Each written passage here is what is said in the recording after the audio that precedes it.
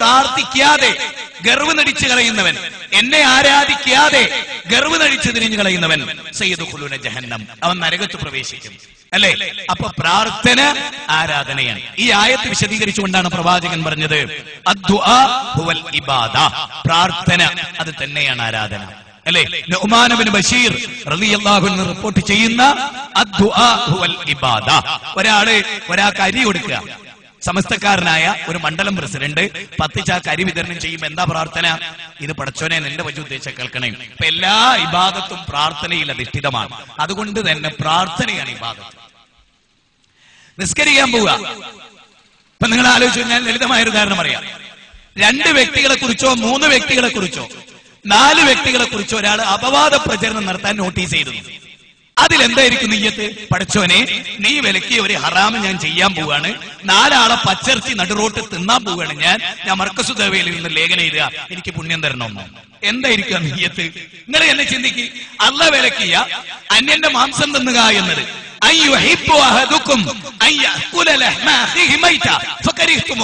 സ്വന്തം ഏട്ടൻ, ഉദാഹരണത്തിന് ചമ്മാട്ടുകാരന്റെ ഇക്കാക്ക മരിച്ചെടുക്കുക, മയ്യത്തോ പച്ചക്ക് തിന്നോ? ഇല്ലല്ലോ. ഓനാ മയ്യത്ത് പച്ചക്ക് തിന്നോ? അതുപോലെയാണ് മറ്റൊരാളുടെ പേരിൽ തോന്നിയാസം പ്രചരിപ്പിക്കുക എന്നതെന്ന് അല്ലാഹ് ഖുർആനിൽ പറഞ്ഞു. ഖുർആൻ നിങ്ങൾ ആലോചിച്ചു വേണം. ഞാന് ഈ കഴിഞ്ഞ നോമ്പിന്റെ തുടക്കത്തില് റഷീദ് കുട്ടമ്പൂരും ഞാനും കൂടെ സൗദി പോയി. അങ്ങനെ ഞങ്ങൾ അവിടെ നിന്ന് വരുമ്പോ തലയിൽ മുടിയില്ല, അങ്ങനെയാ വന്നത്. അപ്പോ കാരക്കുന്നത്ത് എന്ന് പറഞ്ഞൊരു സ്ഥലമുണ്ട്, അവിടെ കുറച്ച് മടപുരിയല്ലേ. അതിലൊരു ഒരുത്തന്റെ ഒരു കൂട്ടം ആളുകൾ പിന്നീട് ഒരുത്തൻ തുടങ്ങി, അങ്ങനെ ആള് തുടങ്ങാം. സൗദി അറേബ്യയിൽ വെച്ച് ബാലുശ്ശേരിയെയും കുട്ടമ്പൂരിനെയും പോലീസ് അറസ്റ്റ് ചെയ്തു, തല മൊട്ടയടിച്ച് നാട്ടിലേക്ക് പാക്ക് ചെയ്തു. ഈ വാർത്തയാണ് ഞങ്ങളുടെ നാട്ടിൽ മുഴുവനും ആ 2-3 ദിവസം പ്രചരിപ്പിച്ച് അതിന് നേതൃത്വം കൊടുത്തത് ഈ പറഞ്ഞ ആളുകൾ. ഞാൻ എന്നോട് ചോദിച്ച ഒരാളോട് പറഞ്ഞ പ്രചരിപ്പിച്ച മുസ്ലിം ആണോ എന്ന് ചോദിച്ചു. മുസ്ലിം ആണോന്നോ? നല്ല മങ്കടയാന്ന് മടപൂരിയാന്ന് എന്നോട്. ഞാൻ അവനോട് പറയാൻ പറഞ്ഞു, ഇങ്ങനെ പറയണം, സൗദി അറേബ്യ എന്ന് പറഞ്ഞിട്ടൊരു സ്ഥലമുണ്ട്, അവിടെ മക്ക എന്ന് പറഞ്ഞിട്ടൊരു സ്ഥലമുണ്ട്, മുസ്ലിങ്ങളുടെ ഒരു ആരാധനാ കേന്ദ്രം. കേട്ടിട്ടുണ്ടോ എന്ന് ചോദിക്കുക. മക്ക എന്ന് പറഞ്ഞ സ്ഥലം, അവിടെ പരിശുദ്ധ കഅബാലയം, അങ്ങനൊന്ന് കേട്ടിട്ടുണ്ടോ എന്ന് ചോദിക്കുക. ഇബ്രാഹിം നബി എന്നൊരു നബി ഉണ്ടായിരുന്നു, കേട്ടിട്ടുണ്ടോ ചോദിക്കുക. അവിടെ ഹജ്ജ് എന്ന് പറഞ്ഞിട്ടൊരു ഇബാദത്ത് ഉണ്ട്, ഇസ്ലാമിന്റെ 5 സ്തംഭം. പിന്നെ അവിടെ ഉംറ എന്ന് പറഞ്ഞിട്ടൊരു സംഗതി ഉണ്ട്. അതൊക്കെ ചെയ്താല് ആണുങ്ങളുടെ തല മുണ്ടനം ചെയ്യുന്ന ഒരു പുണ്യകരമായ ഇബാദത്ത് ഉണ്ട്, അതിനെപ്പറ്റി അറിയോന്ന് ചോദിക്കുക. കാരണം ഇവനൊക്കെ പുതുതായിട്ട് വന്നാ ഓന് ഖുർആനും അറിഞ്ഞൂടാ, ഇസ്ലാമും അറിഞ്ഞൂടാ, ചരിത്രം അറിഞ്ഞൂടാ, സൗദി അറിഞ്ഞൂടാ. ഓനാകെ അറിയുന്നത് ദുഷിച്ച പ്രചരണമാണ് മതം എന്ന് പറഞ്ഞാൽ പരദൂഷണമാണ്. അങ്ങനെ ഒരു പുതിയ മതം, ആളുകളുടെ ഇറച്ചി തിന്നലാകുന്നു മതം. അതിന് നാവിൽ എന്താ വരുന്നത് അതങ്ങോട്ട് പറയാ. നിങ്ങൾ ആലോചിച്ച് നോക്കൂ, ഉംറ കഴിഞ്ഞ് തിരിച്ചു വന്നാൽ മുടിയെടുക്കും ഈമാനുള്ളോല്, അല്ലാത്തൊരു മുടി നിർത്തി തിരിച്ചു പോരും. മനസ്സിലായോ? മുടി തലമുണ്ടനം ചെയ്യും. ഓനറിയില്ല, ഓന്റെ ജീവിതത്തിൽ ഓനെ പഠിപ്പിച്ചു കൊടുത്തില്ല. കാരണം ഓൻ വായിക്കുന്ന മുഴുവൻ ശബാബില് ഒരുത്തന്റെ ഇറച്ചി ഇന്നലാണ്, നോട്ടീസ് മുഴുവൻ അതാണ്, കുത്തുബ അതാണ്, പ്രചരണം അതാണ്, അതിനുവേണ്ടി മാത്രമായിട്ടാണ് ജീവിതം. അങ്ങനെ ഒരു സമൂഹം. നിങ്ങൾ അള്ളാഹുവിനെ പേടിക്കുന്നുണ്ടോ? നിങ്ങളുടെ കൂട്ടത്തിൽ മാന്യനായ ഒരു മനുഷ്യൻ ഉണ്ടാവില്ലേ? മക്കളെ, ഇസ്ലാം എന്ന് പറഞ്ഞാൽ അതാണ്. മരണത്തിന് ശേഷം ഒരു ജീവിതമുണ്ട്, അവിടേക്ക് ജീവിക്കേണ്ടവരാണ് നമ്മൾ മുസ്ലിങ്ങളാണ് എന്നൊക്കെ. അങ്ങനെയുള്ള ഒരാള് നിങ്ങളെ കൂട്ടത്തിൽ എനിക്ക് കാണാൻ കഴിഞ്ഞില്ല. എനിക്ക് സങ്കടമുണ്ട് നിങ്ങളെ കുറിച്ച് ഓർത്ത്. ലോകത്ത് മുസ്ലിം സമൂഹത്തിൽ നിങ്ങളെപ്പോലെ അധപ്പതിച്ചൊരു ജനതയെ നമുക്ക് കണ്ടുമുട്ടാൻ കഴിയില്ല. എന്ത് പറ്റുന്നു നിങ്ങൾക്ക്? ആരാണ് നിങ്ങളെ നിയന്ത്രിക്കുന്നത്? നിങ്ങൾ ഖുർആൻ ഒരു ആവർത്തി വായിക്കുമോ? സൂറത്ത് നൂർ ഒന്ന് വായിക്കുമോ? സൂറത്ത് ഹുജറാത്ത് ഒന്ന് വായിക്കുമോ? എന്നിട്ട് പടച്ചോനോട് തഹജ്ജുദ് നിസ്കരിച്ച് പൊട്ടിക്കരഞ്ഞ് പ്രാർത്ഥിക്കും, അല്ലാഹ് പുറത്തു തരും. ഞങ്ങളെപ്പോഴും നിങ്ങൾക്ക് പുറത്തു തന്നു അഡ്വാൻസ് ആയി. അപ്പോ നിങ്ങൾ ആലോചിച്ചു, ഞാനിപ്പോ കഴിഞ്ഞ കുറച്ച് ദിവസങ്ങളായിട്ട് 13ാമത്തെ പ്രസംഗം ഞാൻ അടുപ്പിച്ച് ചെയ്യുന്നത് മുജാഹിദ് വേദിയിൽ. എന്നിട്ടും പറയുന്നത് കേരള നേതൃത്വത്തിൽ മുജാഹിദ് എന്ന് പുറത്ത്. നിങ്ങൾക്ക് വേറെ പണിയില്ലേ? എങ്ങനെ എന്തൊരു ദുര്യോഗമാണ് മനുഷ്യനെ സംബന്ധിച്ചിടത്തോളം. നിങ്ങൾ ആലോചിച്ച് നോക്കൂ. ഇനി മനുഷ്യരൊക്കെ തന്നെ നമ്മൾ പഠിക്കേണ്ട ഒരു കാര്യം എന്താ? ഒരാളെ വീട്ടിൽ നിന്ന് പുറത്താക്കി എന്ന് കേട്ടു. എന്തിനായിരുന്നു?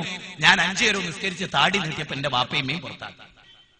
അതൊരു പുറത്താക്കല അല്ലേ? അതൊരു പുറത്താക്കല. ഒരാളെ സ്കൂളിൽ നിന്ന് പുറത്താക്കി, അതൊരു പുറത്താക്കല. ഒരാളെ വീട്ടിൽ നിന്ന് പുറത്താക്കിയത്, ഒരാളെ സ്വർഗത്തു നിന്ന് പുറത്താക്കി. അങ്ങനെ ഒരു സംഭവം ഉണ്ട് ഇസ്ലാമിൽ. ആദം നബീനെ അള്ളാന്റെ കൈകൊണ്ട് അള്ളാഹ് പടച്ച ആദം നബി മഹത്വ ശ്രേഷ്ഠത നൽകി. ആ മലക്കുകളോട് സുജൂദ് ചെയ്യാൻ പറഞ്ഞു. ആദം നബിക്ക് ശ്രേഷ്ഠത നൽകി. അല്ലാഹു സുബ്ഹാനഹു വ തആല അദ്ദേഹത്തിന് ഏറെ ബർക്കത്തുകൾ നൽകി, സ്വർഗത്ത് താമസിപ്പിച്ചു. അവിടുന്ന് അല്ലാഹു പുറത്തേക്ക് പോകാൻ പറഞ്ഞു. എന്തിന്? കുറെ കൂടെ മെച്ചപ്പെട്ട് തിരിച്ചു വരാൻ, അല്ലേ? അതിന് കീഴ്വഴക്ക് ഇസ്ലാമിലുള്ള. ഇനി അങ്ങനെ ഉണ്ടായി പുറത്തു പോയി എന്ന് വിചാരിക്കുക വലിയൊരു ബാധക അല്ല. ആദം നബീനെ അല്ലാഹു സ്വർഗത്ത് നിന്ന് പുറത്താക്കിയില്ല കൂട്ടരെ. ഇവിടെ കേരള നദുവത്തുൽ മുജാഹിദീൻ ആരും പുറത്തു പോയിട്ടില്ല. അതൊക്കെ നിങ്ങളെ പൂതി പറയാ. ഞങ്ങൾ രണ്ടാളും പോയി കിട്ടി നിങ്ങളെ തോന്നിയാസം ഇനി കൂടുതൽ ചെയ്യാലോ, അതിന് ഞങ്ങൾ സമ്മതിക്കാറില്ല. അതുകൊണ്ട് നിങ്ങൾക്ക് വലിയ ആഘോഷം ഉണ്ടായി. നിങ്ങൾക്ക് മാത്രമല്ല ഇസ്ലാഹി പ്രസ്ഥാനത്തിന്റെ വിരോധ സംഘടനകളിലൂടെയൊക്കെ സകല തോന്നിയാസത്തെയും ജനങ്ങൾക്ക് പൊളിച്ചെഴുതി ഭയപ്പാടില്ലാതെ കാണിച്ച രണ്ടാൾക്കെതിരെ നിങ്ങൾക്ക് ആനന്ദമുണ്ടായി. അതുകൊണ്ടൊന്നും ഒരു കാര്യമില്ല. ഇത് അതിൻ്റെതായ സവിശേഷതയിൽ മുന്നോട്ട് നീങ്ങും അള്ളാന്റെ ബർക്കത്തോടെ. നിങ്ങൾ പൂതി പറഞ്ഞോളി. അങ്ങനെയൊക്കെ പൂതി അതായിട്ട് ഞാൻ നടക്കുക. ഒരു സമ്മേളനം പ്രഖ്യാപിച്ച് അതുമായിട്ട് ബന്ധപ്പെട്ട ഒരു വയത് നിങ്ങൾ കേൾക്കാൻ എനിക്ക് ആഗ്രഹമുണ്ട്. കണ്ണിൽ എണ്ണൊഴിച്ച് കാത്തിക്കുക. ഒരു ആയത്ത് ഓതിയിട്ട് ഒരു ഹദീസ് ഓതിയിട്ടൊക്കെ ഒരു നല്ല വർത്താനം പറയുന്ന ഒരാള് നിങ്ങളെ കൂട്ടത്തിൽ കാണാൻ, ഒരു നല്ല ലേഖനം ഇരുന്ന് ഒരുത്തനെ കാണാൻ, അങ്ങനെ ഒരു മനുഷ്യൻ നിങ്ങളെ കൂട്ടത്തിലുണ്ട്.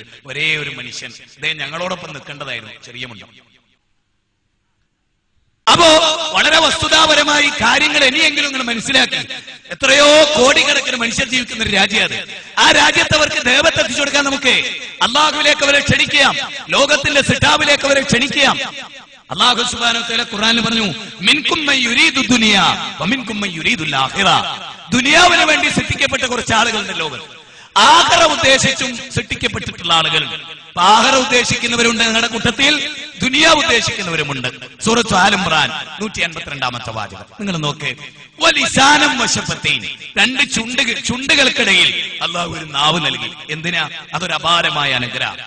അൽ മുസ്ലിം മൻ സലിമൽ മുസ്ലിമൂന മിൻ ലിസാനി വയദിഹി. നിങ്ങൾക്ക് അറിയില്ലേ അത്? ഒരു മുസ്ലിമിന്റെ നാവിൽ നിന്നും കയ്യിൽ നിന്നും മറ്റൊരു മുസ്ലിം സുരക്ഷിതനാകണം. പടച്ചതമ്പുരാന്റെ പ്രവാചക തിരുമേനി പഠിപ്പിച്ചാൽ മൻകാന യുഅ്മിനു ബില്ലാഹി വൽ യൗമിൽ ആഖിർ ഫൽയഖുൽ ഖൈറാ ഔ ലിയസ്മുത് ഔ ലിയസ്മുത്. അല്ലാഹുവിൽ വിശ്വസിക്കുന്നവർ, അന്ത്യദിനത്തിൽ വിശ്വസിക്കുന്നവർ നല്ലത് പറയും, നുണ പറയാ. എനിക്ക് ഇത്ര നീളത്തിലൊരു നോട്ടീസ് കിട്ടി, അതിന് ഞാൻ എത്രയോ ദിവസം ജയിലിൽ കിടന്നു എന്നാണ് ഒരു പരാമർശം. ജനങ്ങളെ നുണ പറയും, എന്നിട്ട് അതിന്റെ ചുവട്ടിൽ എഴുതുകയാണ് എന്ത്? അള്ളാഹു അനുഗ്രഹിക്കട്ടെ, സ്വർഗമുണ്ട്. അതിന്റെ നിന്നോടാ പറയണ്ടേ? പച്ച നുണ മുകളിൽ പറഞ്ഞിട്ട് 8 നുണ നേരെ മുകളിൽ പറഞ്ഞിട്ട് പറയാം അള്ളാഹു അനുഗ്രഹിക്കട്ടെ. എന്തിന്? നുണ പറഞ്ഞതിനോ? അതിന് അള്ളാഹു മർക്കസ് ദഅവയുടെ ഡയറക്ടർ ഒന്നും ഇല്ലല്ലോ. അള്ളാഹു അതല്ലല്ലോ, ലോകത്തിന്റെ സിട്ടാവല്ലേ. വലാ യുദ്ലിമു റബ്ബക അഹദാ. ഒരാളോട് അള്ളാഹു അനീതി കാണിക്കില്ല. അള്ളാഹു ഒരാളോട് അനീതി കാണിക്കില്ല.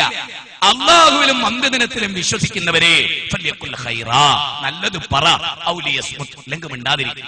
പടച്ചോ പറഞ്ഞ അള്ളാഹുവിലും വിശ്വാസമല്ല, അന്ത്യദിനത്തിലും വിശ്വാസം അല്ലെങ്കിൽ ആയിക്കോ, അതിൽ കുഴപ്പമൊന്നുമില്ല. പക്ഷേ പരലോകമുണ്ട്. വിശുദ്ധ ഖുർആൻ 2-ാം അധ്യായം 83-ാമത്തെ പറയാണ് വഖൂലു ലിന്നാസി ഹുസ്ന, ജനങ്ങളോട് നല്ലത് പറ, നല്ല കാര്യം പറ എന്ന് അള്ളാഹു പറയുന്നു. അതുപോലെ തന്നെ എന്റെ അടിമകളോട് യഖൂലുല്ലതി ഹിയ അഹ്സൻ, നല്ല വാക്ക് പറയാൻ പറയും നബിയെ. 17-ാം അധ്യായത്തിൽ 53-ാമത്തെ വചനം അല്ലേ? വഖൂലു ഖൗലൻ സദീദ 33-ാം അധ്യായം 70-ാമത്തെ വചനം. നേരെ ചൊവ്വേ സംസാരിക്കാൻ വര പ്രവാചക. ഇങ്ങനെ ദ്വയാർത്ഥമില്ലാത്ത നല്ല കാര്യങ്ങൾ പറയുന്ന. നോക്കൂ, ലാ യദ്ഖുലുൽ ജന്നത നമാമുൻ, പ്രവാചകൻ പറഞ്ഞു നമീമത്തും പറഞ്ഞു നടക്കുന്നവൻ സ്വർഗ്ഗത്തിൽ പോവുകയില്ല. മദീനത്തെ ശ്മശാനത്തിലൂടെ റസൂലുള്ളാഹി സ്വല്ലല്ലാഹി അലൈഹി വസല്ലം നടന്നു പോവുക. 2 ആളുകൾ ഖബറിൽ സൃഷ്ടിക്കപ്പെടുന്നു. ഒരാള് മൂത്രമൊഴിച്ചിട്ട് കഴുകാത്തവൻ, മറ്റൊരാള് അന്യന്റെ പരദൂഷണം പറഞ്ഞു നടക്കുന്നവൻ, ഇല്ലാത്തത് പ്രചരിപ്പിക്കുന്നവർ. എന്ത് ഭയാനകരമായ ശിക്ഷയാണ് പരലോകത്ത്. എന്തിനാണ് ഈ ശിക്ഷ ഏറ്റുവാങ്ങുന്നത്? നിങ്ങൾ ആലോചിച്ചു. അപ്പൊ എനിക്ക് നിങ്ങളോടൊക്കെ പറയാനുള്ള ഒരു കാര്യം, ഏത് മനുഷ്യരെ കുറിച്ച്, ആരെ കുറിച്ചാണെങ്കിലും, ഏത് സംഘടനയെ കുറിച്ചാണെങ്കിലും, എന്താണെങ്കിലും കുറെ പരാതികൾ പറഞ്ഞുകൊണ്ട് നോട്ടീസൊക്കെ എഴുതിയിട്ട് കൊണ്ടുവന്ന് വിതരണം ചെയ്യുന്നു. അങ്ങനെ ചെയ്തു, ഇങ്ങനെ ചെയ്തു. അത് വാങ്ങിയിട്ട് നിങ്ങൾ ഉടനെ ചോദിക്കുക ഇതൊക്കെ അവർ ചെയ്ത തെറ്റാ? ഇതിങ്ങനെ എഴുതി പ്രചരിപ്പിക്കാൻ അള്ളാഹ് പറഞ്ഞിട്ടുണ്ടോ? റസൂല് പറഞ്ഞിട്ടുണ്ടോ? ഇത് അള്ളാഹ് വിലക്കിയതല്ലേ? എങ്കിൽ നിങ്ങൾ തന്നെയാണ് പാപികൾ, പോവിടുന്നത് എന്നറിയാം. എന്നിട്ട് ആ നോട്ടീസ് അവന്റെ മുമ്പിൽ വെച്ചിട്ട് പിച്ച് ചീഞ്ചി ഒറ്റ വെച്ച് കൊടുക്കുക.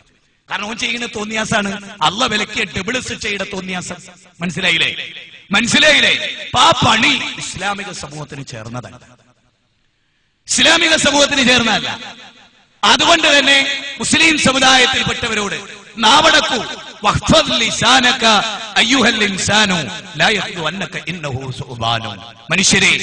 മനുഷ്യരെ നിങ്ങൾ ഇരുതല മൂർച്ചയുള്ള ആയുധമാണ് നിങ്ങളുടെ നാവ്. അതുകൊണ്ട് തന്നെ ആ നാവിനെ സൂക്ഷിക്കുക. റസൂലുള്ളാഹി സ്വല്ലല്ലാഹി അലൈഹി വസല്ലമയോട് സഹാബി ചോദിച്ചു,